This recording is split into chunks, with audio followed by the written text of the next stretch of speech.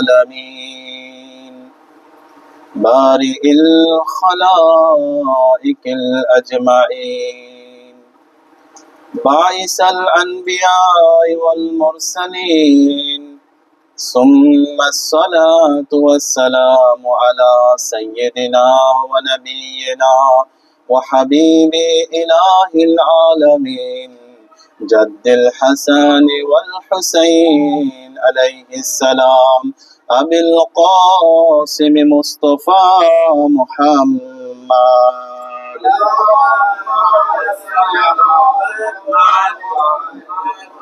وعلى آله الطيبين الطاهرين المعصومين المجلومين ولعن الله على أعدائهم أجمعين وقال الله تعالى في القرآن المجيد أعوذ بالله من الشيطان الرجيم بسم الله الرحمن الرحيم قل لا أسألكم عليه أجرا إلا المودة في القربى وقال رسول الله صلى الله عليه وآله وسلم الحسين مني وأنا من الحسين عليه السلام صدق الله العلي العظيم اللهم صل على محمد وآل محمد وسلم উপস্থিত সম্মানিত ইমাম হুসাইন আলাইহিস সালামের আজাদারগণ, সম্মানিত মুমিন মুত্তাকি পরহেজগার মুখলিস আল্লাহর বান্দাগণ, আমি শুরুতেই আপনাদেরকে আমার অন্তরের অন্তঃস্থল থেকে শোকাহত সালাম জানাচ্ছি। আসসালামু আলাইকুম ওয়া রাহমাতুল্লাহি ওয়া বারাকাতুহু। এবং সেই সাথে লক্ষ কোটি শুকরিয়া আদায় করি যে রব্বুল আলামিন আজ 9 মুহররমের রাত্রে 8 মুহররমের পরে এই পবিত্র হুসাইনিয়াতে আমাদেরকে উপস্থিত হয়ে ইমাম হুসাইন আলাইহিস সালামের আজাদারি ইমাম হুসাইন আলাইহিস সালামের উপরে কান্নাকাটি করার জন্য এবং পবিত্র কোরআন এবং রিওয়ায়াত থেকে তাদের কিছু ফজিলত শোনার জন্য আমাদেরকে এখানে বসার তৌফিক দান করেছেন। আমরা সেই মহান রব্বুল আলামিন ইজ্জাতের জন্য হৃদয় থেকে মুখলিস ভাবে একবার শুকরিয়া আদায় করে বলি আলহামদুলিল্লাহ। এবং তারপর লক্ষ কোটি দরুদ ও সালাম পেশ করি রাহমাতুল লিল আলামিন বিশ্ব মানবতার মুক্তির দূত হযরত মুহাম্মদুর রাসূলুল্লাহ, সবাই বলি সাল্লাল্লাহু আলাইহি ওয়া আলিহি ওয়া সাল্লাম এর উপরে, এবং সেই সাথে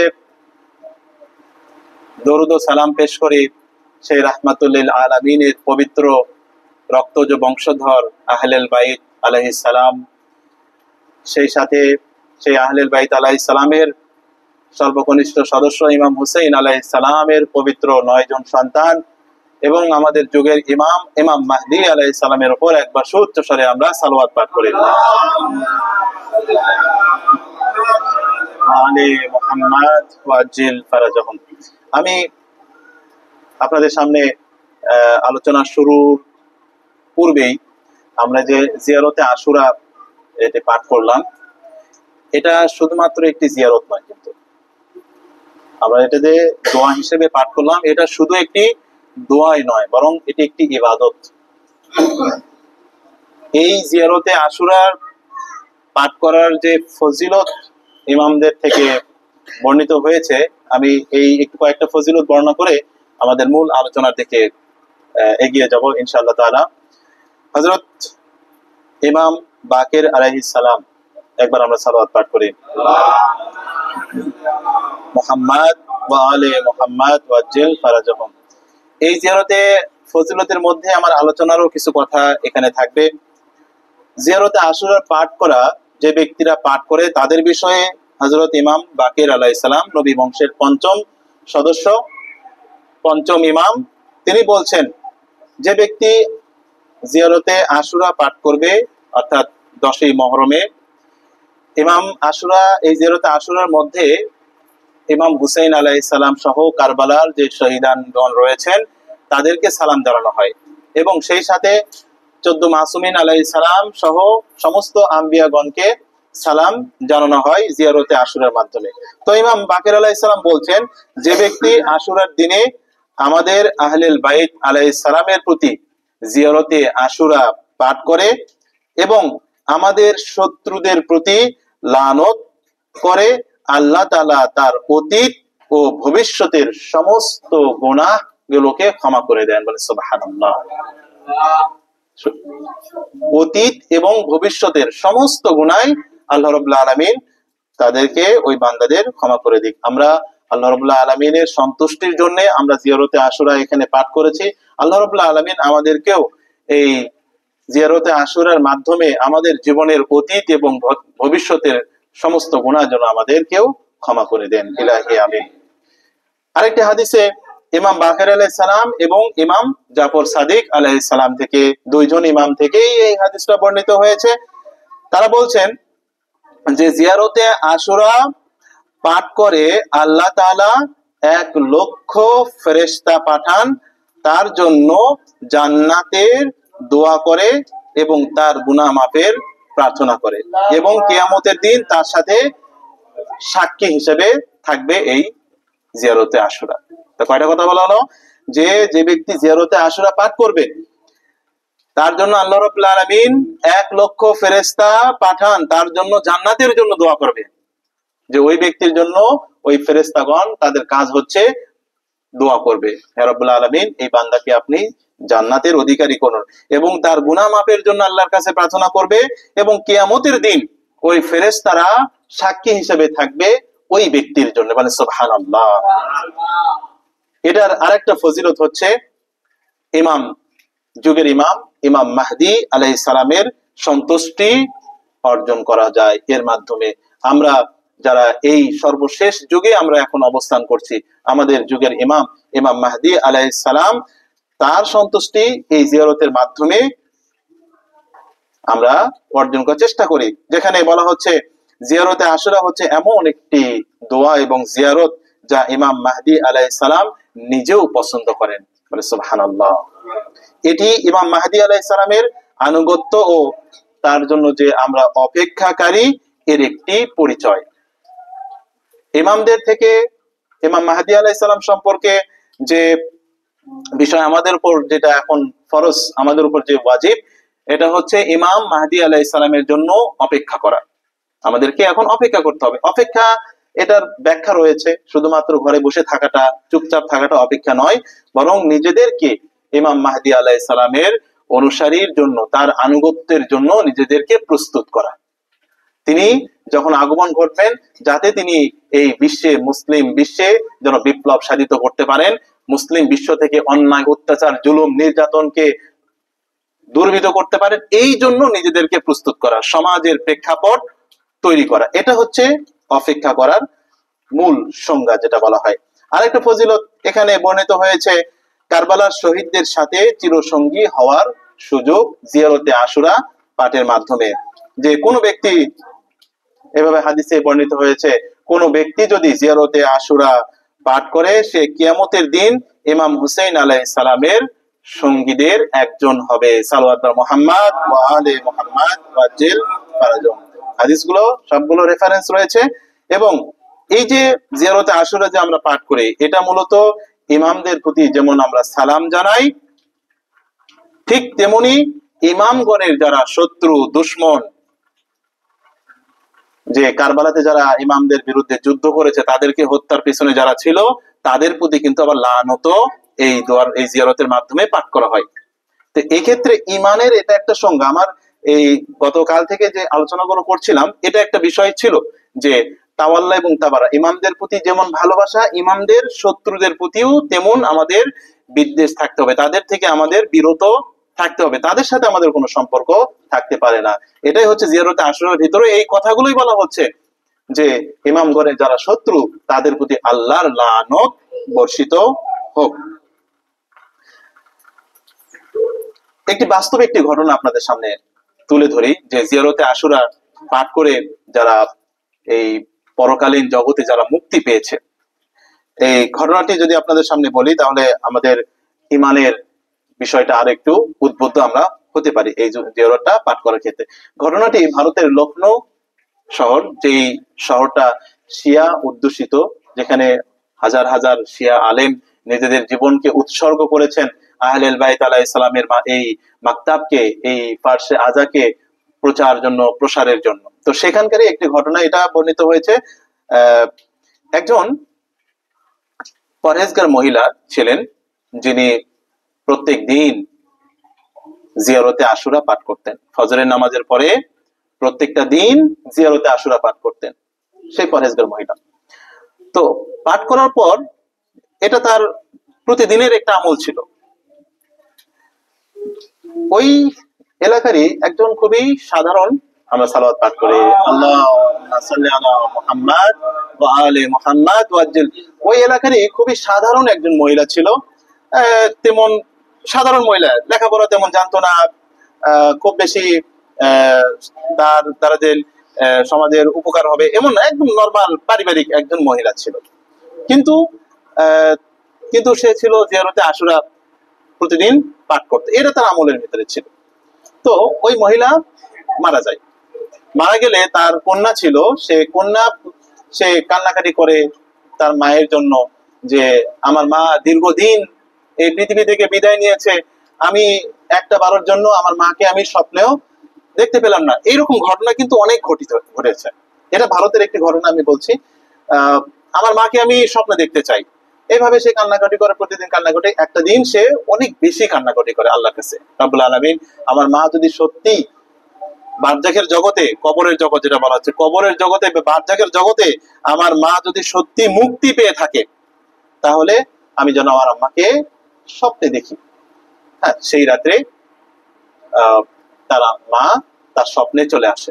স্বপ্নে যখন আসে, তার মাকে দেখতে পায় যে তিনি অনেক উজ্জ্বল, হাস্যোজ্জ্বল চেহারা, উজ্জ্বল পোশাক, অর্থাৎ জান্নাতি পোশাক, এবং হাসি মুখে তার সামনে চলে এসেছে এবং বলছে, তার মেয়ে তাকে বলছে, মা তোমাকে এই অবস্থায় কিভাবে দেখছি? তুমি তো খুব বেশি আমল তেমন ছিল না, সাধারণ মানুষ ছিলে, তো তোমার এইরকম এত মর্যাদা, বারজাখের জগতে এরকম একটা মাকাম আল্লাহ রাব্বুল আলামিন তোমাকে কেন দিয়েছে? তখন তার মা বলছে, মা আমি যে প্রতিদিন জিয়ারতে আশুরা পাঠ করতাম, এই জিয়ারতে আশুরা পাঠ করার কারণে বারজাখের জগতে মাওলা ইমাম হুসাইন আলাইহিস সালাম নিজে আমার সাথে সাক্ষাৎ করেছেন, এবং তার সাক্ষাতের বিনিময়ে তিনি তার নির্দেশে বারজাখের জগতে আমাকে, আমার এই কবরকে জান্নাতের পরিণত করে দেওয়া হয়। সুবহানাল্লাহ। মুহাম্মদ ওয়া আলি মুহাম্মাদ ওয়াজ্জিল। আমাদের আহলে বাইত আলাইহিস সালামের অনুসারীদের বিশ্বাস এটা, যে আমাদের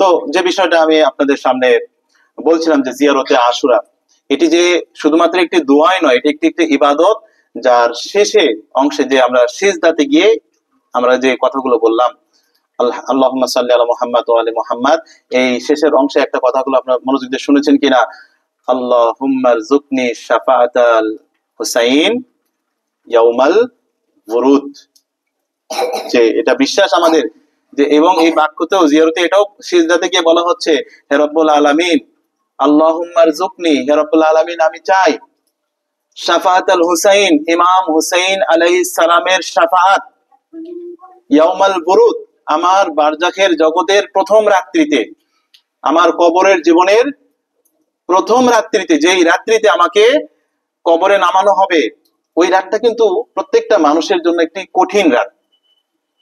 আবার প্রত্যেকটা মানুষের জন্য কিয়ামতের দিনে যেই দিন তাকে উত্থিত করা হবে আবার কবর থেকে, ওইটা আবার খুব কঠিন একটা সময়। তো এই প্রথম ধাপটা মানুষের জন্য কঠিন। তো ইয়াউমাল বুরুদ, এটার অর্থটা এরকম ভাবে বলা হচ্ছে, যে আমাদের প্রথম রাত্রিতে, কবরের জগতে প্রথম রাত্রিতে, এবং ইয়াউমাল বুরুদ, যেই দিন আবার আমাদেরকে উত্থিত করা হবে, সেই দিনের যে প্রথম অবস্থা, এই সময়ে যেন আমরা ইমাম হুসাইন আলাইহিস সালামের শাফাআত পাই। তো এটা যদি আল্লাহ রাব্বুল আলামিন আমাদের এই দোয়াটা যদি কবুল করেন, যদি আমরা সত্যিকার অর্থেই ইমাম হুসাইন আলাইহিস সালামের যদি আমরা শাফাআত পাই, তাহলে বারজাখের জীবনের প্রথম রাত্রিতে যদি আমরা পাই, তাহলে বারজাকের জীবনে কিয়ামতের আগ পর্যন্ত আমাদের অবস্থান হবে সেই শান্তিময়।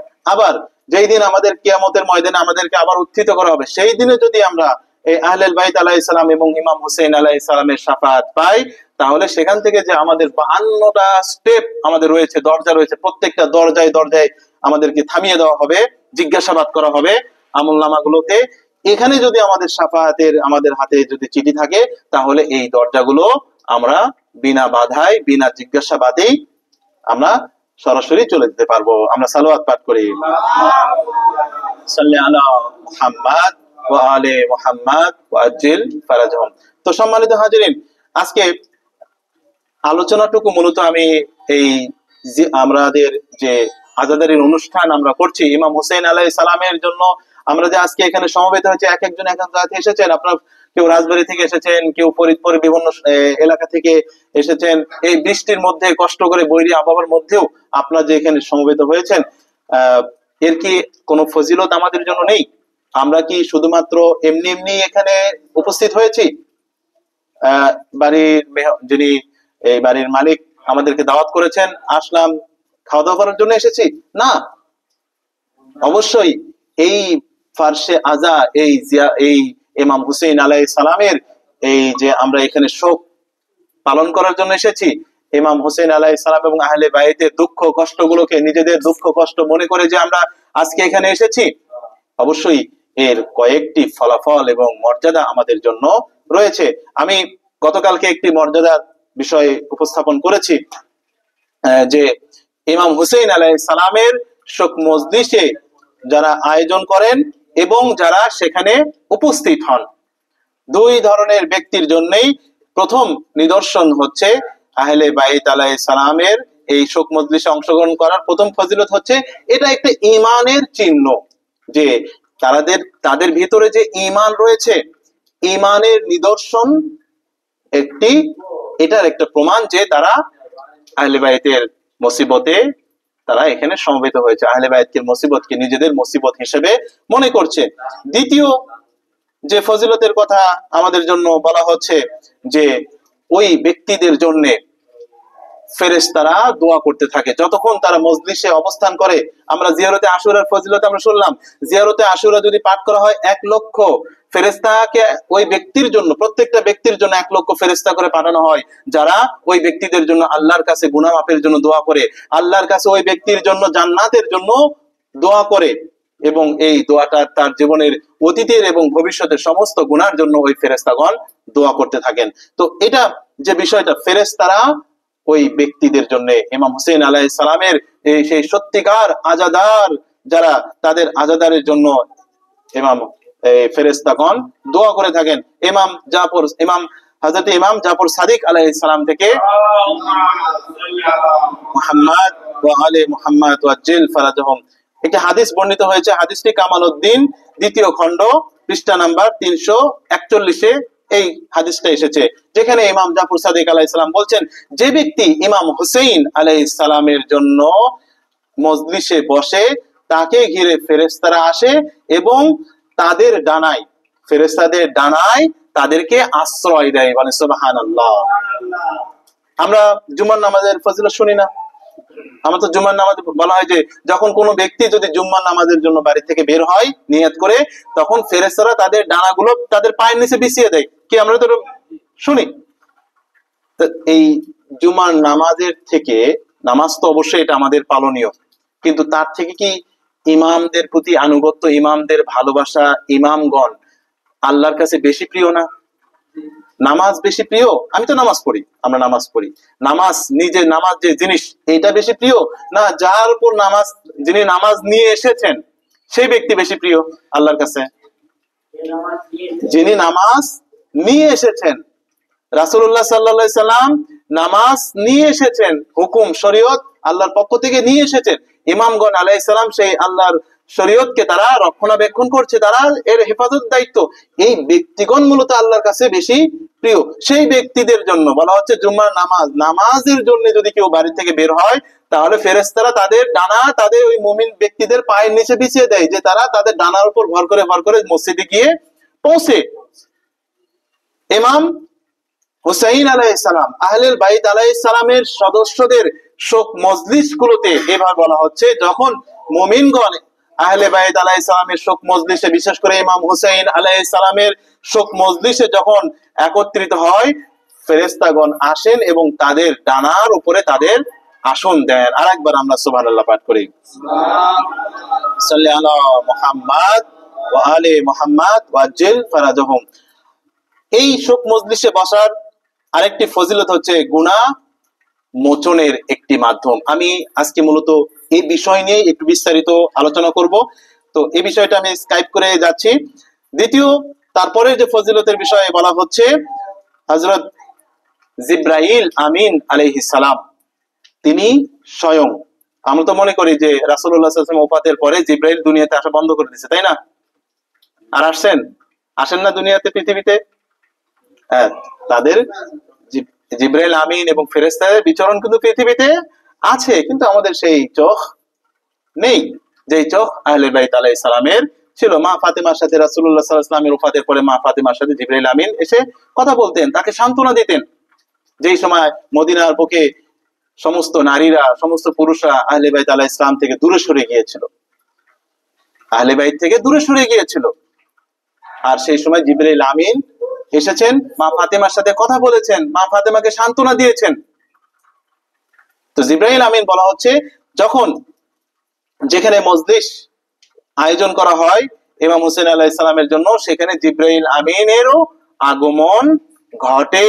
সালাওয়াত পাঠ করি আমরা, সাল্লি আলা মুহাম্মাদ ওয়া আলি মুহাম্মাদ ওয়াজ্জিল ফারাজাহুম। তো আমি যে বিষয়টি নিয়ে কথা বলতে চাচ্ছিলাম, যে এই আশুরার এই মজলিস গুলো বিশেষ করে কিভাবে আমাদের গুনাহ মোচন করে। আমরা এখানে বসলাম, আমরা যারা আলেম সমাজ রয়েছে তাদের মুখ থেকে কোরআন এবং রিওয়ায়াতে হাদিসের দুটি কথা শুনলাম, ইমাম হুসেন আলাইহিস সালামের জন্য একটু হৃদয় থেকে কান্নাকাটি করলাম। এই কান্নাকাটি, এই মজলিস কিভাবে আবার আমাদের গুনাহ মোচন করতে পারে? এটা কি সম্ভব কিনা? এটা সম্ভব কিনা? অবশ্যই এই বিষয়ে কিছু দলিল এবং প্রমাণ আপনাদের সামনে আমি এখন প্রকাশ করব। আর একবার আমরা সালাওয়াত পাঠ করি।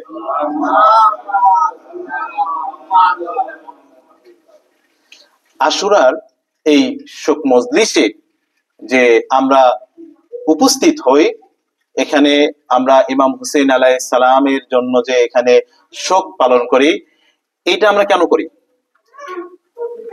যদি আহলে বাইত আলাইহিস সালামের উপরে আমাদের যদি ভালোবাসা না থাকে, ইমাম হুসাইন আলাইহিস সালামের প্রতি যদি আমাদের মহাব্বত না থাকে, তাহলে কি এটা সম্ভব? এখানে অন্যরা যাদের মহাব্বত নেই, তারা কি এই আজাদের অনুষ্ঠানে আসে? আমরা কেন এসেছি? আমরা তাদের প্রতি আমাদের ভালোবাসা আছে বিধায় আমরা এখানে সমবেত হয়েছি। জাস্ট আমাদের এই বাড়ির যিনি আমাদেরকে আহ্বান করেছেন, রাকিবুল ইসলাম হাসান ভাই, তিনি আমাদেরকে যে আহ্বান করেছেন, এটা একটা এই আমাদের মুক্তির জন্য তিনি একটা মাধ্যম মাত্র। আল্লাহ রাব্বুল আলামিন আমাদেরকে যে মুক্তির জন্য তাকে পছন্দ করেছেন, এটা একটা আমাদের জন্য একটা ফজিলত। তো যেখানে এই ভালোবাসার বিষয় আমি আমার খুতবাতে তেলাওয়াত করেছি, পবিত্র কোরআনে সূরা শুরাতে যেখানে বলা হচ্ছে যে কুল্লা আসালুকুম আলাইহি আজরান ইল্লাল মাওয়াদ্দাতা ফিল কুরবা, আল্লাহর রাসূলের রিসালাতের বিনিময়ে এর পারিশ্রমিক আমরা আমাদের কাছে আল্লাহ রাসূল যে জিনিসটা চাচ্ছেন সেটা হচ্ছে তার আহলুল বাইত আলাইহিস সালামের প্রতি কুরবা, মানে কি? তার নিকটতম জন, রক্তজ বংশধর। কুরবা মানে হচ্ছে রক্তজ বংশধর। এই রক্তজ বংশধরের উপরে ভালোবাসা, মুহাব্বত, এই জিনিসটাই শুধু চাচ্ছেন। এই মুহাব্বত প্রকাশের একটা মাধ্যম হচ্ছে এই শোক মজলিস। আহলুল বাইত আলাইহিস সালামের প্রতি ভালোবাসা প্রকাশের একটা মাধ্যম হচ্ছে এই আযাদারি করা। কারণ আমি যাকে ভালোবাসি তার সুখ দুঃখে আমার অংশীদার হতে হবে, ঠিক কিনা? আমরা যেমন আমাদের রাকিবুল হাসান ভাই বাড়িওয়ালার উদাহরণ দিয়ে বলছি, তার সাথে আমাদের একটা সম্পর্ক আছে, তাই না? তিনি যদি বিপদে পড়েন, তিনি যখন কোনো সময় যদি বিপদে পড়েন, আল্লাহ না করুক, তার যে নিকটতম বন্ধুগণ, যেমন আলিমুজ্জামান সাহেব বা আমাদের আরো যারা এখানে সদস্য আছেন, তাদের সাথে খুবই ভালো সম্পর্ক, অন্তরঙ্গ বন্ধুত্ব। তিনি যদি কখনো বিপদে পড়েন, যে আলিমুজ্জামান সাহেব তার সাথে সব সময় লেগে থাকতো, বিপদে পড়লেই যখনই দেখছে বিপদে পড়ছে, তিনি পিছু টান দিয়েছেন, তোমাকে আমি চিনি না। আচ্ছা, আমরা কি বলবো আর তিনি কি বলবে? এখন আমরা যখন দেখবো এরকম ঘটনা, আমরা কি বলবো না যে তাদের মধ্যে আসলে কোনো ভালোবাসাই ছিল না? ভালোবাসার বহিঃপ্রকাশ কখন ঘটে? ভালোবাসার বহিঃপ্রকাশ কখন ঘটে? যখন আমরা দেখতে পাই যে ওই ব্যক্তির সাথে দুইজন একে অপরের সুখে দুঃখে সব সময় পাশাপাশি থাকে। এটা তো ভালোবাসার বহিঃপ্রকাশ। যে আহলুল বাইতের প্রতি যে আমরা মহব্বত করি, ভালোবাসি, এই ভালোবাসার একটা বহিঃপ্রকাশ হচ্ছে আহলে বাইত আলাইহিস সালামের প্রতি কারবালার ময়দানে যে মুসিবত নেমে এসেছিল, এই মুসিবতকে স্মরণ করা, তাদের এই মুসিবত স্মরণ করে আমরাও নিজেরা তাদের জন্য কান্নাকাটি করা। এটা হচ্ছে একটা ভালোবাসার বহিঃপ্রকাশ। এই কারণে বলা হচ্ছে যে এই যে আমাদের যে গুনাহগুলো মোচন হয়ে যায়, এটার একটা কারণ হচ্ছে আমরা আহলে বাইত আলাইহিস সালামকে ভালোবাসি, এবং এই ভালোবাসার কারণে আমরা তাদের জন্য শোক পালন করি, তাদের জন্য আমরা কান্নাকাটি করি। এইটা আল্লাহর পক্ষ থেকে আমাদের একটি নির্দেশ, আমাদেরকে এই কাজটা করতে হবে। এবং এই ছোট ছোট কাজগুলোর মাধ্যমেই কিন্তু আল্লাহ আমাদেরকে ক্ষমা করবেন। কিয়ামতের দিনে, হাসরের ময়দানে কোনো ব্যক্তি যদি চায় যে সে ব্যক্তি তার নামাজ, রোজা, হজ, যাকাত, খুমস, সাদকা, অফুরন্ত দান করেছে, এইগুলোর মাধ্যমে কেউ যদি চায় যে জান্নাতে যেতে পারবে? কি মনে হয় আপনাদের? আমি যদি আল্লাহকে বলি, আল্লাহ আমার প্রতি আপনি ন্যায় বিচার করুন, আমি দুনিয়াতে থাকতে এক ওয়াক্ত নামাজও কাজা করি নাই, একটা বছরের রোজা আমি কাজা করি নাই, হজ আদায় করেছি, অফুরন্ত দান সাদকা করেছি, আপনি এর বিনিময়ে আমাকে জান্নাতে দেন। বলা হচ্ছে, এভাবে বর্ণিত হয়েছে যে সম্ভব নয়। আমরা যদি চাই আমাদের নিজেদের নামাজ রোজার বিনিময়ে জান্নাতে যাব, সম্ভব নয়। এমনও ঘটনা বর্ণিত হয়েছে, রাসূলুল্লাহ সাল্লাল্লাহু আলাইহি সাল্লামকে জিজ্ঞেস করা হয়েছে, ইয়া রাসূলুল্লাহ, ইয়া হাবিবাল্লাহ, সাহাবীরা জিজ্ঞেস করছে, আপনারা যে বলছেন আপনাদের শাফাআত ছাড়া কেউ জান্নাতে যেতে পারবে না, আল্লাহ রাসূলের শাফাআত ছাড়া কেউই জান্নাতে যেতে পারবে না, এটা কি অন্যান্য যে নবীগণ, আল্লাহর নবী এবং রাসূলগণ, তারাও কি এর মধ্যে অন্তর্ভুক্ত? তখন রাসূলুল্লাহ সাল্লাল্লাহু আলাইহি সাল্লাম বলছেন, হ্যাঁ, আগের যে নবীগণ ছিলেন, নবী এবং রাসূল এবং আইম্মেগণ, তারাও এই আমার শাফায়াতের মধ্যে অন্তর্ভুক্ত। তারাও কেউই, কোন নবী রাসূলই আমার শাফায়াত ছাড়া জান্নাতে যেতে পারবে না। সেখানে নবী রাসূলগণের যদি আমার রাসূলের শাফায়াতের প্রয়োজন হয়, আমি আপনি কে? আমাদের অস্তিত্ব কোথায়? আমরা তো আল্লাহর ঠিক মতো শুকরিয়াই আদায় করতে পারি না। আল্লাহকে অনেক সময় আমরা ভুলে থাকি। তাহলে আমি আপনি কোন মুখে নিজেদের ইবাদত দিয়ে আমরা জান্নাতে যেতে পারি? সম্ভব নয়। নিজেদের ইবাদত দিয়ে জান্নাতে প্রবেশ করা সম্ভব নয়, যতক্ষণ পর্যন্ত না আল্লাহ রাসূল এবং আল্লাহ রাসূলের আহলে বাইত আলাইহিস সালামগণ আমাদের শাফাআত করবেন। এটা সুস্পষ্ট বিষয়, নির্দিষ্ট একটি বিষয়, আল্লাহর লিখিত একটি বিষয় এটা।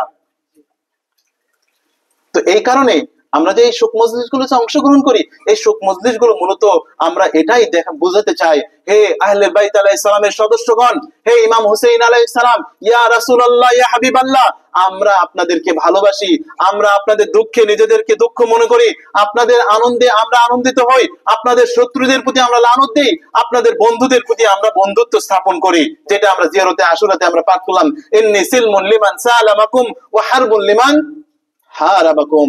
হে রাসূলুল্লাহ, হে আল্লাহ রাব্বুল আলামিন, হে ইমাম হুসাইন, আপনার যারা বন্ধু তাদের সাথে আমরা বন্ধুত্ব করব, ওয়া হারবুন লিমান হারাবাকুম, আপনারা যাদের সাথে যুদ্ধ করেছেন তাদের সাথে আমরাও যুদ্ধ করব। এখানে আমাদের যুদ্ধ করা মানে হচ্ছে তাদের থেকে আমাদের মুখ ফিরিয়ে নেওয়া, তাদের থেকে আমাদের সম্পর্ক ছেদ করা। এটা হচ্ছে ঈমান। তো এই কারণে আমরা জান্নাতে অর্থাৎ আমাদের গুনাহগুলো যে রয়েছে এই গুনাহগুলো আমরা মাফ করে নিতে পারি। পবিত্র কোরআনের একটি আয়াত আপনাদের সামনে এই বিষয়ে যদি আমি তুলে ধরি, এই বিষয়টা তখন আমাদের সামনে আরো সুস্পষ্ট হবে।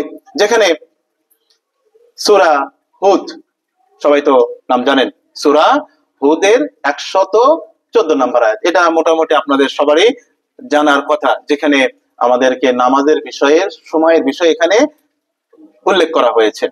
তো সেখানে আল্লাহ রাব্বুল আলামিন এই আয়াতের মধ্যে একটা ছোট্ট একটা কথাও কিন্তু এখানে বলেছেন, যেখানে বলা হচ্ছে বিসমিল্লাহির রহমানির রহিম ওয়াকিমুস সালাতা তারাফিল নাহার ওয়া যুলাফিন মিন লাইলি, তোমরা নামাজ আদায় করো। আমি পুরো আয়াতটাই নিয়েছি, আমাদের সবার এটা আরেকটা বিষয় এখানে পরিষ্কার হবে।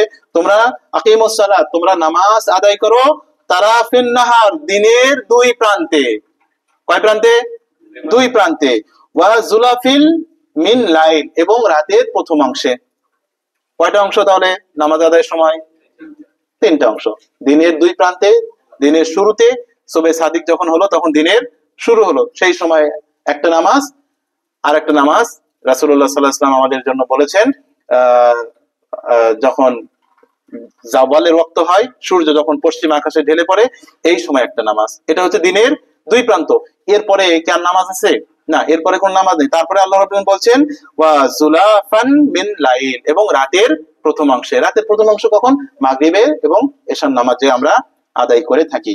এটাকে বিভিন্ন ইমামগণ, ফকিহগণ, যারা আহলে বাইতের বা আহলে সুন্নাতের যে ইমামগণ রয়েছেন, তারা এই সময়গুলোকে 5 ভাগে বিভক্ত করেছেন, কিন্তু আল্লাহ রাব্বুল আলামিন কিন্তু 3টা সময়ের কথাই বলেছেন। আবার রাসূলুল্লাহ সাল্লাল্লাহু আলাইহি ওয়াসাল্লাম 3টা সময়ও নামাজ পড়েছেন, আবার 5টা সময়ও তিনি নামাজ পড়েছেন। এটা দুই ভাবেই রয়েছে, এটা নিয়ে বেশি আমাদের বাড়াবাড়ি করা ঠিক হবে না।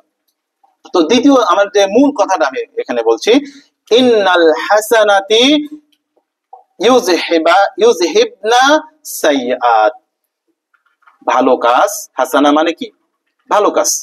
যদি সাধারণ অর্থ করি, নিশ্চয় ভালো কাজগুলো ইউযহিবনা, দূর করে দেয়, সাইয়্যাত, আমাদের গুনাহগুলো। মানে সুবহানাল্লাহ। এক একটি ছোট ছোট ভালো কাজ যখন আমরা করি, এই ভালো কাজের প্রভাবে আমাদের আমলনামা থেকে গুনাহগুলোকে দূর করে দেওয়া হয়। আবার ছোট ছোট খারাপ কাজ আমাদের ভালো আমলকেও কিন্তু দূর করে দেয়। যেমন উদাহরণ আপনারা সবাই জানেন, যদি কোনো ব্যক্তি একবার গীবত করে, পরচর্চা বা পরনিন্দা করে, তাহলে বলা হচ্ছে তার, আমাদের কিছু কিছু রেওয়ায়েতে হচ্ছে 40 বছরের, কোন কোন রেওয়ায়েতে 40 দিন, কোন কোন রেওয়ায়েতে হচ্ছে সারা জীবনের। একটা গীবত করলে, একটা পরনিন্দা করলে তার সারা জীবনের বা 40 বছর বা 40 দিনের সমস্ত আমল নষ্ট হয়ে যায়। শুধু নষ্টই না, বরং যার নামে আমরা গীবত করলাম ওই ব্যক্তির আমলনামাতে আমার ভালো আমলগুলো যোগ করা হয়, ওই ব্যক্তির ভালো আমলগুলো গীবতকারীর আমলনামাতে, দুঃখিত, খারাপ আমলগুলো গীবতকারীর আমলনামাতে যুক্ত করা হয়। কিয়ামতের 3 মিনিট নামে একটা বাংলা বই বের হয়েছে, ফার্সিতে এই বইটার নাম হচ্ছে সে দাকিকে কিয়ামা। খুবই বিখ্যাত একটা বই, ছোট বই কিন্তু খুবই প্রচারিত এই বইটা। আপনাদের হাতে পৌঁছেছে কিনা আমি জানি না। তো এই বইতে একজন শহীদ, তিনি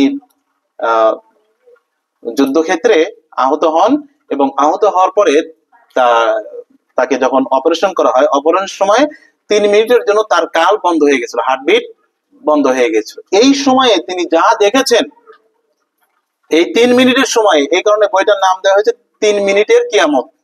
কিয়ামতের 3 মিনিট। 3 মিনিটের জন্য ডাক্তাররা তারা হার্টবিট খুঁজে পায় নাই। আপনাদের মধ্যে কেউ ডাক্তার আছেন কিনা? আচ্ছা, 3 মিনিটের জন্য তারা হার্টবিট খুঁজে পায় নাই, তারা ভাবছে হয়তো মারা গিয়েছে।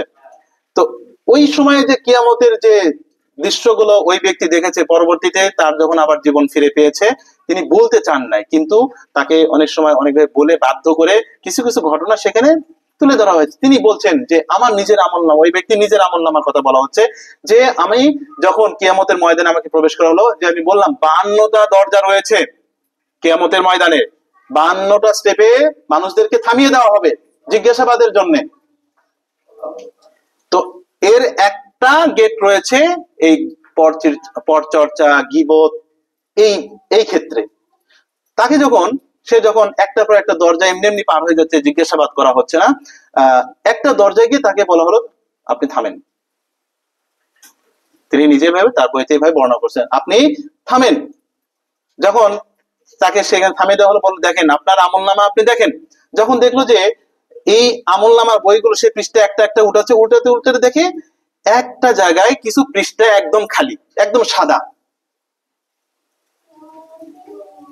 ওই সময়ের কথা তার দুনিয়াতে, ওই যে সময়টা ছিল এই সময়ের কথা মনে আছে যে দুনিয়াতে যখন আমি এই সময়ে ছিলাম আমি তো কোনো খারাপ কাজ করি নাই, আমি নামাজ রোজা স্বাভাবিক ভাবে যে রকম আল্লাহর ইবাদত বন্দেগী আগেও করতাম ওই সময়ও আমি করেছি, কিন্তু এই সময়ের আমল নামা আমার একটা আমলও নেই আর সব গুনার আমল দিয়ে ভরা, ব্যাপার কি?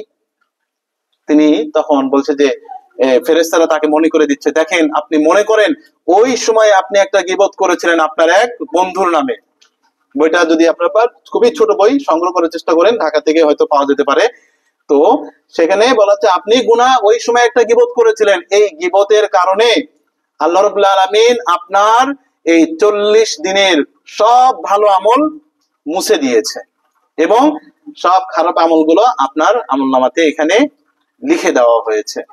তো এই খারাপ কাজ যে আমাদের আবার ভালো আমলকেও নষ্ট করে দেয়, আবার এক একটা ছোট ছোট ভালো আমল আমাদের খারাপ আমলকে আবার নষ্ট করে দেয়, মুছে দেয়। যেখানে আল্লাহ রাব্বুল আলামিন পবিত্র কোরআনে এই কথাটাই ঠিক আমাদেরকে বলছে, ইন্নাল হাসানাতি ইউযহিবনাস সাইয়্যাত, এক একটি ছোট ছোট ভালো আমল, ভালো কাজ আমাদের গুনাহগুলোকে মুছে দেয়। একবার আমরা সুউচ্চ স্বরে সালাওয়াত পাঠ করি, মুহাম্মদ ওয়া আলি মুহাম্মদ ওয়াজিল ফারাজাহুম। তারপর আল্লাহ রাব্বুল আলামিন বলছেন যালিকা যিকরা লিযাকিরিন, স্মরণকারীদের জন্য এই স্মরণটা, এই বিষয়টা যথেষ্ট। আরেকবার সালাওয়াত পাঠ করি আমরা, সাল্লি আলা মুহাম্মদ ওয়া আলি মুহাম্মদ ওয়াজিল ফারাজাহুম। যে আমরা যে গুনাহ, যে এই শোক মজলিস গুলো, আমাদের যে গুনাহগুলো মাফ হয়, এর আরেকটা হাদিস বর্ণিত হয়েছে যেখানে হযরত ইমাম আলী ইবনে মুসা রেজা আলাইহিস সালাম, যার রওজা মোবারক পবিত্র মাশহাদে এখন রয়েছে, লক্ষ লক্ষ জিয়ারতকারী সেখানে জিয়ারত করছে। তো তার থেকে হাদিসটা বর্ণিত হয়েছে। ইমাম রেজা আলাইহিস সালাম তিনি বর্ণনা করছেন, মান বাকা আলাল হুসাইন আলাইহিস সালাম, যেই ব্যক্তি ইমাম হুসাইন আলাইহিস সালামের জন্য ক্রন্দন করে, বাকা মানে ক্রন্দন করে, হাত্তা তাসিলা দামুআ আলা খাদ্দিহি, এমনকি ক্রন্দন করে এবং কোন ব্যক্তিকে যদি কাঁদাতে পারে। আমাদের যারা মরসিয়া যারা পাঠ করেন তাদের মরসিয়া আমরা যখন শুনি, এই মরসিয়া গুলো শুনলে কিন্তু আমাদের হৃদয়গুলো কিন্তু নরম হয়ে যায়। কারবালার ঘটনাগুলো তারা যখন এই মরসিয়ার মাধ্যমে বর্ণনা করে আমাদের হৃদয়গুলো নরম হয়ে যায়, আমাদের হৃদয়ে ক্রন্দন সৃষ্টি হয়ে যায়। তো বলা হচ্ছে এরকম যে কোনো ব্যক্তি যদি নিজে কাঁদে এবং অন্যদেরকে কাঁদায়, এবং অথবা কাদার মতো কান্না করার ভান করে, হয়তো তার চোখ দিয়ে পানি আসছে না কিন্তু হৃদয় তো কাঁদছে, কিন্তু কাদার এটা ভান করে, এইভাবেই ইমাম রেজা আলাইহিস সালাম বলছেন কান্না করার ভান করা, কান্নার ভান করা, এই দুটি করে তাহলে গাফারাল্লাহু লাহু কুল্লু যামবিন, আল্লাহ রাব্বুল আলামিন ক্ষমা করে দিবেন তার সমস্ত সমস্ত গুনাহ, বলে সুবহানাল্লাহ। এবং আযনাবাহু সাগীরান, এবং সেই গুনাহগুলো যদি হয় ছোট, কানা আও কাবীরান অথবা হোক বড়, কালিলান অথবা হোক অল্প, কানা আও কাসীরান অথবা হোক বেশি। চার ধরনের গুনাহের কথা বলা হলো, যে ছোট হোক, বড় হোক, অল্প হোক, বেশি হোক, সমস্ত ধরনের গুনাহ এই যে ইমাম হুসাইন আলাইহিস সালামের জন্য আমরা যে ক্রন্দন করছি, এইটার ফজিলত, ইমাম হুসাইন আলাইহিস সালামের যে মর্যাদা আল্লাহ রাব্বুল আলামিনের কাছে রয়েছেন, এই মর্যাদার কারণে তার মহব্বতকারীদেরকে, তার ভালোবাসা পোষণকারীদের তার জন্য যে ক্রন্দন করছে, এই ক্রন্দনটাকে আল্লাহ রাব্বুল আলামিন অনেক ভালোবাসেন, যার কারণে তাদেরকে এই মর্যাদা দেওয়া হয়। আরেকবার আমরা সালাওয়াত পাঠ করি। ইমাম হযরত ইমাম বাকের আলাইহিস সালাম এই হাদিসটা কামিলুজ জিয়ারাহ 22 নম্বর অধ্যায়ে বর্ণিত হয়েছে। ইমাম বাকের আলাইহিস সালাম বলেন, মান মিন রাজুলিন জারাফা দামুআন ফি শাইইন মিন মাসাইবিল হুসাইন আলাইহিস সালাম, যখন কোন ব্যক্তি যখন কোন ব্যক্তি ইমাম হুসাইন আলাইহিস সালামের জন্য তার চোখ থেকে এক ফোঁটা মাছির মুখের দানার মতো, যে এক ফোঁটা কতটুকু হতে পারে, এক ফোঁটা পানি যদি বের হয়, তাহলে আল্লাহ রাব্বুল আলামিন বলছেন, আও ফি শাইইন মিনহু ইল্লা বারাআহুল্লাহু বিহা বিল জান্নাতি গারাকাল ইয়াসকুনহাল আখকাবা। বলা হচ্ছে যখন ওই এক ফোঁটা পানি তার চোখ দিয়ে বের হয়, ওই এক ফোঁটা পানির কারণে তার জীবনের সমস্ত গুনাহগুলোকে আল্লাহ রাব্বুল আলামিন ক্ষমা করে দেন। বলে সুবহানাল্লাহ। কিভাবে? যেমন ভাবে উদাহরণ এখানে বলা হচ্ছেন গারাকা ইয়াসকুনাল আহকাবা, যেমন ভাবে পানি আগুনকে নিভিয়ে দেয়। আরেকবার আমরা সালাওয়াত পাঠ করে। তো এরকম হাদিস আরো বর্ণিত হয়েছে। তো এবার একটু প্র্যাকটিক্যাল বিষয় নিয়ে একটু আলোচনা করা যাক। এতক্ষণ আমরা কোরআনের রিওয়ায়াত এবং হাদিস থেকে আমরা প্রমাণ নিলাম যে সত্যিকার অর্থে ইমাম হুসাইন আলাইহিস সালামের জন্য যদি আমরা কন্দন করি, তাহলে অবশ্যই আমাদের গুনাহগুলো মাফ হবে। মূলত আমরা সবাই চেষ্টা করি, আমরা প্রত্যেকটা নামাজে প্রত্যেকটা সময়ে আমরা কি বলি না, রব্বানা আতিনা, কেন বলি? আমাদের নিজেদের গুনাহগুলোকে ক্ষমা করে দাও, সবসময় এটাই বলছি। গুনাহগুলো ক্ষমা করার একটা মাধ্যম এটা। ইমাম হুসাইন আলাইহিস সালাম হচ্ছেন মাধ্যম গুনাহগুলো ক্ষমা করে নেওয়ার। তো এই মাধ্যমগুলোতে আমাদের আসতে হবে। যদি আমি সঠিক দরজায় না যাই, এই বাড়িতে যদি আমি প্রবেশ করতে চাই, আমি যদি মূল দরজায় না আসি, না গিয়ে অন্যদিকে যদি চারদিক দিয়ে ঘোরাফেরা করি, আমি কি এই বাড়িতে বসতে পারবো? অবশ্যই গুনাহগুলো ক্ষমার জন্য আল্লাহ রাব্বুল আলামিন ছোট ছোট নিদর্শনগুলো আমাদের সামনে তুলে ধরেছেন। এই নিদর্শনগুলোতে আমাদের যেতে হবে, এই রাস্তাগুলোতে আমাদের যেতে হবে। যে এই ইমাম হুসাইন আলাইহিস সালামের আযাদারির অনুষ্ঠানে যে তওবার দরজা খুলে যায় এবং অশ্রু, আমাদের এই যে চোখের অশ্রু, এই অশ্রু এবং পবিত্রতা, এগুলো যে আমাদের প্রভাব পড়ে, এই বিষয়ে একটু ছোট্ট করে একটা কথা বলি, একটা ঘটনা আপনাদের সামনে তুলে ধরি। একজন ব্যক্তি সে যখনই ইমাম হুসাইন আলাইহিস সালামের যেখানেই শোক মজলিস হোক না কেন, সেখানেই সে যেত, মিস করতো না। 10 দিন এই বিভিন্ন এলাকায় 10 দিন ব্যাপী শোক মজলিস হয়ে থাকে। আমাদের এলাকায় 1 তারিখ থেকে 10 তারিখ পর্যন্ত প্রতিদিন রাতে শোক মজলিস হচ্ছে। তো এরকম শোক মজলিসে মিস করে না। তার সন্তান তার একটু বিপরীত দিকে ছিল। বলছে, বাবা তুমি এই শোক মজলিসে গিয়ে তোমার লাভ কি? প্রতিদিন কেন যাও? কি হবে তোমার গিয়ে কোন তোমার কোন লাভ আছে? যেটা স্বাভাবিকভাবেই হয়ে থাকে। তখন ওই পিতা তার সন্তানকে বলছেন যে, বাবা তুমি আমার জন্য একটা কাজ করো। বাড়ির সামনে একটা ময়লা ঝুড়ি থাকে না, ময়লা ঝুড়ি যেটাতে কয়লা আবর্জনা বহন করা হয়, বলছে এই যে ঝুড়িটা দেখছো না, এই ঝুড়িতে করে তুমি কি করো, ওই বাড়ির পাশে যে পুকুর রয়েছে, ওই পুকুর থেকে পানি নিয়ে আসার চেষ্টা করো। তো বাবা বলছে, এটা কি সম্ভব, পুকুর থেকে ঝুড়িতে করে পানি নিয়ে আসা? বলছে, না, তাও তুমি যাও, চেষ্টা করো, দেখো কি হয়। তো বাবার নির্দেশ, ওই ব্যক্তি গেল, একবার নিয়ে আসা, অর্ধেক আস্তে আস্তেই সব পানি পড়ে গেছে। বাবার নিতে পানি নিয়ে আসতে হবে, আবার গেছে। দ্বিতীয়বার গেল, দিয়ে এসে আবার চেষ্টা করলো, মাঝরাস্তায় আসতেই সব পানি শেষ। সে তৃতীয়বার আবার গেল, চতুর্থবার গেল, পঞ্চমবার গেল। এইভাবে যাতে যাতে তখন বিরক্ত হয়ে বলতে, বাবা আমাকে মস্করা করার জন্য পাঠিয়েছে, এই ঝুড়িতে করে কি আর পানি আনা সম্ভব নাকি? ব্যাস, সে একটু মন খারাপ করে, একটু রাগ করে বাবার সামনে চলে আসলো। বাবা তুমি আমাকে কি করছো? এই ঝুড়িতে করে কি পানি আনা সম্ভব নাকি? এটা কি প্র্যাকটিক্যাল ভাবে সম্ভব ঝুড়ি থেকে পানি আনা?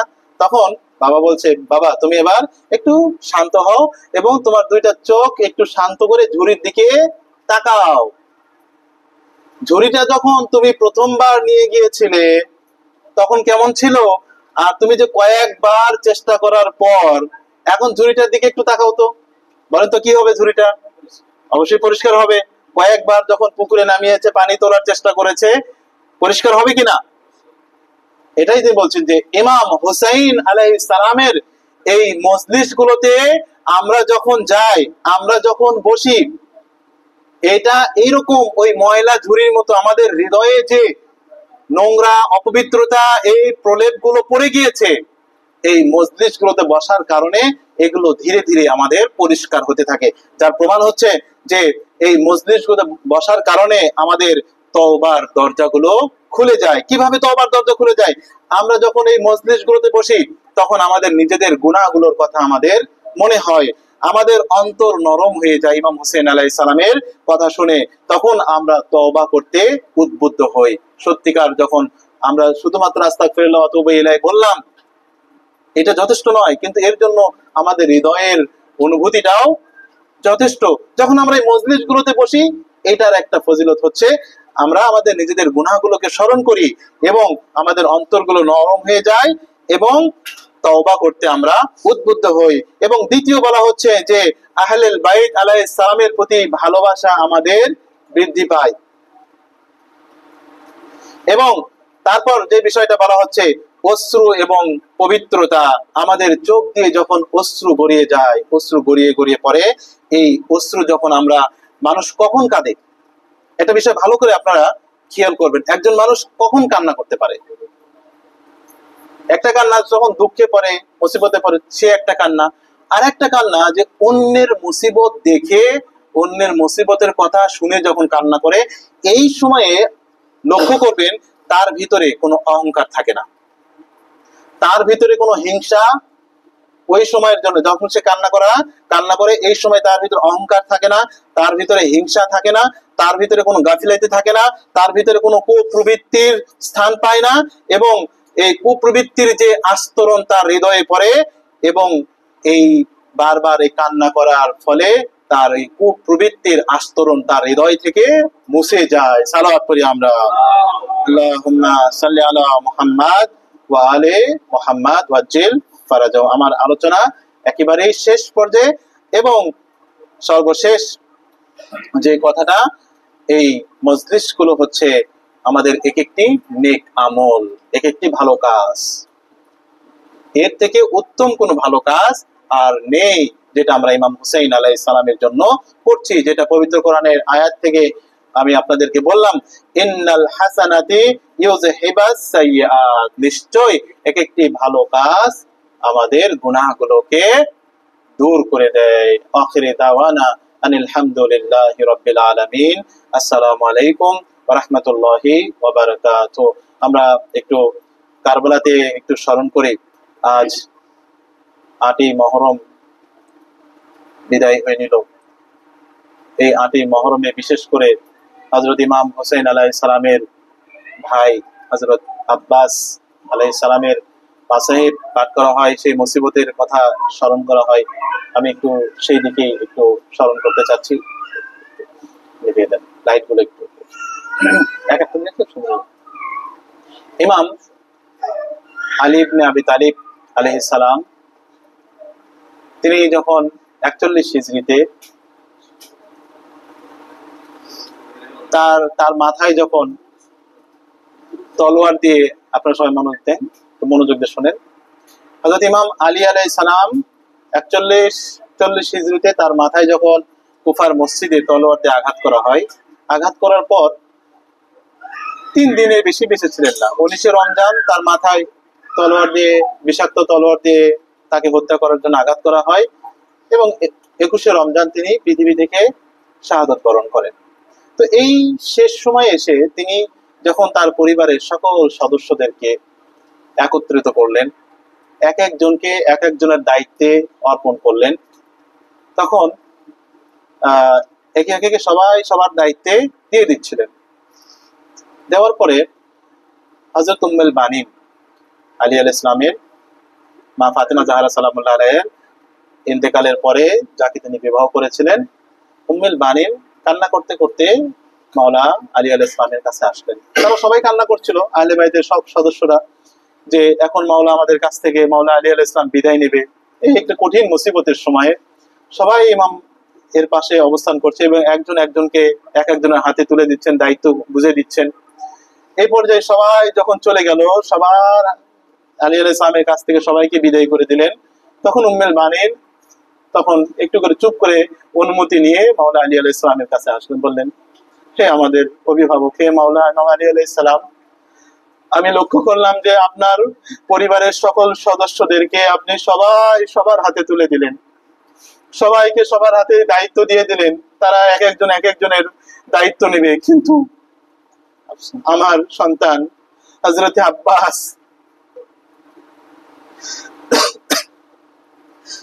আব্বাসকে আপনি তো কারো হাতেই তুলে দিলেন না, তার দায়িত্ব তো আপনি কাউকে দিলেন না।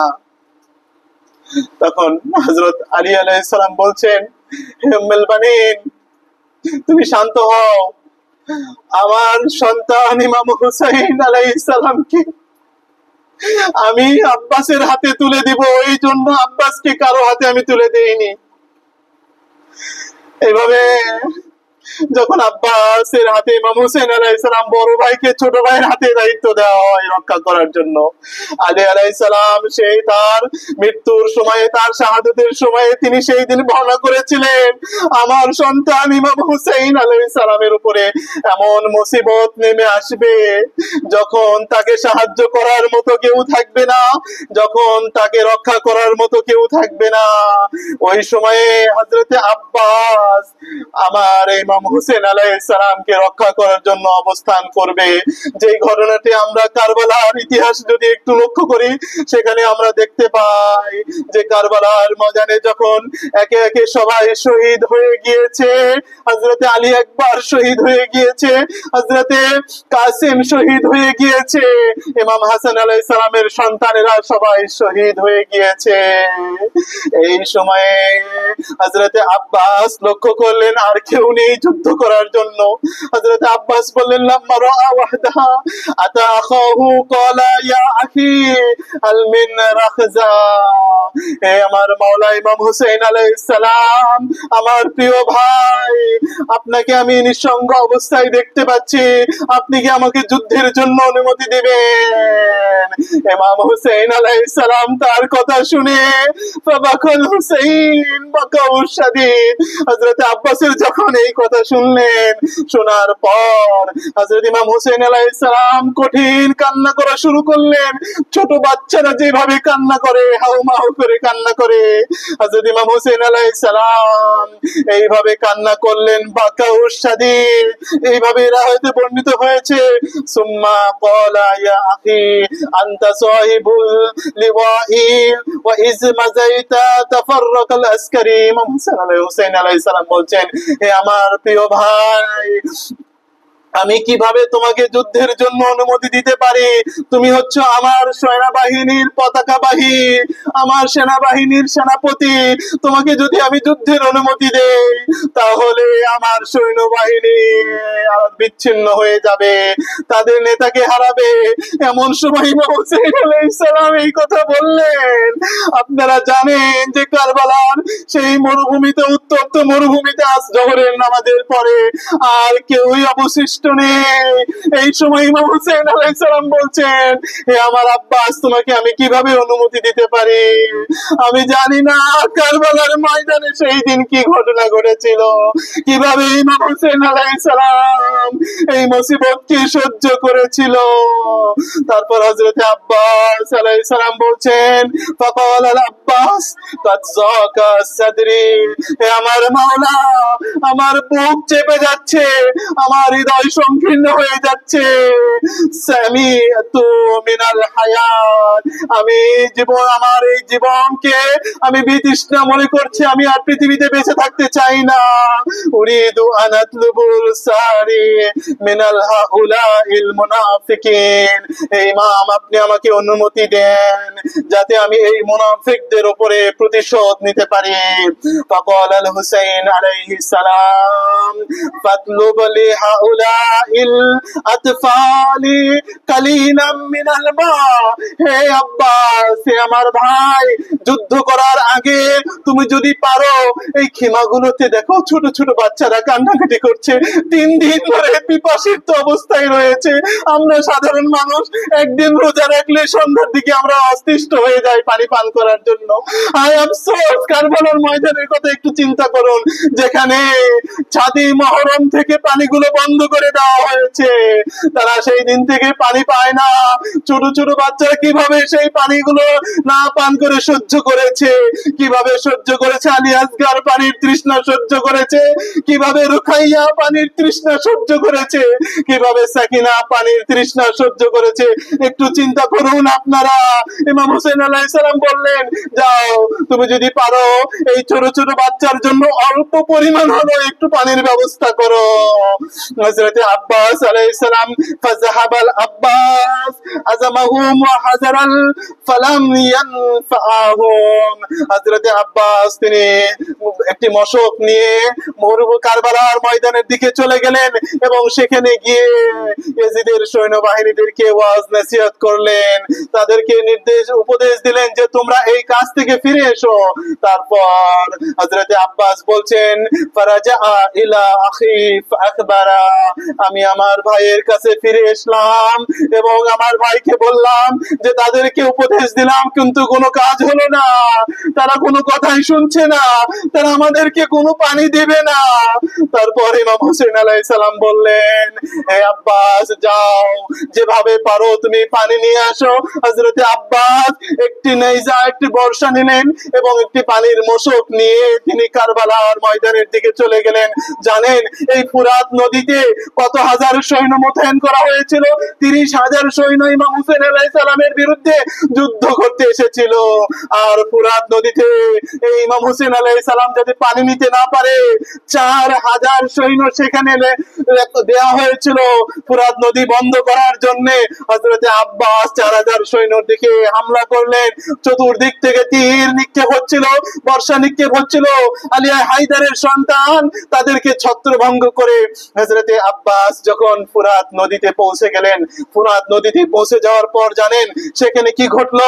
হযরত আব্বাস যখন ফুরাত নদীতে নেমে গেলেন, হাঁটু পানিতে নেমে গেলেন, নেমে যাওয়ার পর হযরত আব্বাস নিজেও তৃষ্ণার্ত, তার জিহ্বা শুকিয়ে কাঠ হয়ে গিয়েছে। আজরুকুম আল্লাহ, তার মনটা চাইলো একটু পানি পান করে নেই। হযরত ইমাম হোসেন আলাইহিস সালাম একটু চিন্তা করুন সেই তৃষ্ণার কথা। যখন আব্বাস একটু চোয়াল ভরে পানি নিয়ে যখন তিনি পান করতে যাবেন, তখন তার মনে হলো ইমাম হোসেন আলাইহিস সালামের কথা।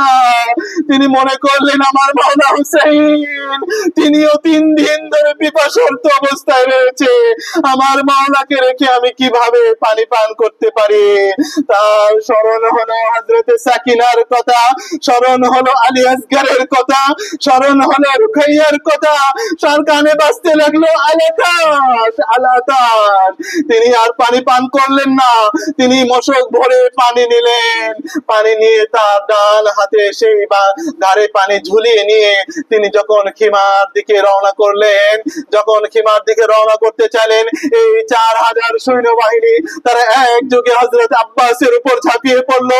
তারা তীর বর্ষা বল্লম নিক্ষেপ করা শুরু করলো। হযরত আব্বাস যখন খিমার দিকে যাচ্ছিলেন, আপনারা যারা কারবালা দেখিয়েছেন দেখতে পাবেন ফুরাত নদী যেখানে আর ইমাম হোসেন আলাইহিস সালামের খিমা যেখানে, এটা উত্তর দিক থেকে একটা রাস্তা ছিল, কিন্তু হযরত আব্বাস উত্তর দিকে না গিয়ে দক্ষিণ দিকে যাওয়া শুরু করে। কেন দক্ষিণ দিকে গেল? দেখলো যে 4000 সৈন্য উত্তর দিকে রাস্তা বন্ধ করেছে। হযরত আব্বাস দক্ষিণ দিকে রাস্তা দিয়ে তিনি যাওয়া করলেন। তখন এই সৈন্যবাহিনীর ভেতর থেকে নওফেল নামে একজন মুনাফিক, সে গাছের আড়ালে লুকিয়েছিল। কাপুরুষের মতো গাছের আড়াল থেকে আব্বাস যখন সেই দিক দিয়ে যাচ্ছিল, আব্বাসের ডান হাতে তলোয়ার দিয়ে আঘাত করে হযরত আব্বাসের ডান হাত কেটে মাটিতে পড়ে যায়, রক্ত ঝরঝর করে পড়ে যাচ্ছে। আব্বাস সেই পানির মশকটি নিয়ে বাম ঘাড়ে নিয়ে নিলেন। যখন বাম ঘাড়ে নিয়ে ঘোড়া নিয়ে আবার সামনের দিকে এগিয়ে যাচ্ছিলেন, তখন এই নওফেল আবারও পিছন দিক থেকে আব্বাসের বাম হাতে তলোয়ার দিয়ে আঘাত করে হযরত আব্বাসের বাম হাতটাও কেটে পড়ে যায়। হযরত আব্বাস ঘাট থেকে সেই পানির মশকটি দাঁত দিয়ে ধরে নিলেন, বুকের সাথে ধরে নিয়ে ঘোড়া নিয়ে তিনি যখন খিমার দিকে রওনা করলেন, একজন মালাউন দূর থেকে সেই মশক নিক্ষেপ দিক করে মশকে একটি তীর নিক্ষেপ করলেন। মশকের সমস্ত পানি যখন মাটিতে পড়ে গেল, মশক খালি হয়ে গেল, আর একজন মালাউন হযরত আব্বাসের বুক বরাবর লক্ষ্য করে একটি তীর নিক্ষেপ করলেন। আব্বাসের দুইটা হাত নেই। আমরা সাধারণ মানুষ, জানেন, আমরা যদি পড়ে যেতে চাই, আমাদের হাত প্রথমে দিয়ে নিজেদেরকে রক্ষা করার চেষ্টা করি। আর যেরকম হযরত আব্বাসের দুইটা হাতই কেটে দিয়েছে আগে। কিভাবে আব্বাস নিজেকে রক্ষা করবে ঘোড়ার উপরে? আমরা জানেন হযরত আব্বাস যখন মাটিতে পড়ে যায়, কিভাবে পড়ে গিয়েছিল জানেন? তিনি উপর হয়ে তার মুখ আগে মাটিতে পড়েছিল। যেভাবে মাওলা ইমাম হুসাইন আলাইহিস সালাম 70টি তীর খাওয়ার পর তিনি মাটিতে পড়ে যান উপর হয়ে, একই ভাবে আব্বাস মাটিতে পড়ে যান। পড়ে যাওয়ার পরে তার ভাই হুসাইন আলাইহিস সালামকে সালাম জানান, আসসালামু আলাইকুম ইয়া আব্দুল্লাহ আদরিকনি, হে আমাদের মা হুসাইন আলাইহিস সালাম, আপনি আমাকে সাহায্য করুন। হযরত আব্বাস যখন এইভাবে উপর হয়ে পড়ে আছে, নিজেকে তিনি পারছিলেন না সোজা করতে। হযরত ইমাম হুসাইন আলাইহিস সালাম যখন আসলেন, আসার পর হযরত আব্বাসের কাছে বসে তার ভাইকে সোজা করে দিলেন। ভাইয়ের সাথে সর্বশেষ কথাবার্তা বলার পরে হযরত আব্বাস ইমাম হুসাইন আলাইহিস সালামের কোলে মাথা রেখে, যাকে দায়িত্ব দেওয়া হয়েছিল ইমাম হুসাইন আলাইহিস সালামকে রক্ষা করার জন্য, সেই এখন ইমাম হুসাইন আলাইহিস সালামের আগে কারবালার ময়দানে নিজের জীবনকে ইমাম হুসাইন আলাইহিস সালামের জন্য উৎসর্গ করলেন। ইন্না লিল্লাহি ওয়া ইন্না ইলাইহি রাজিউন।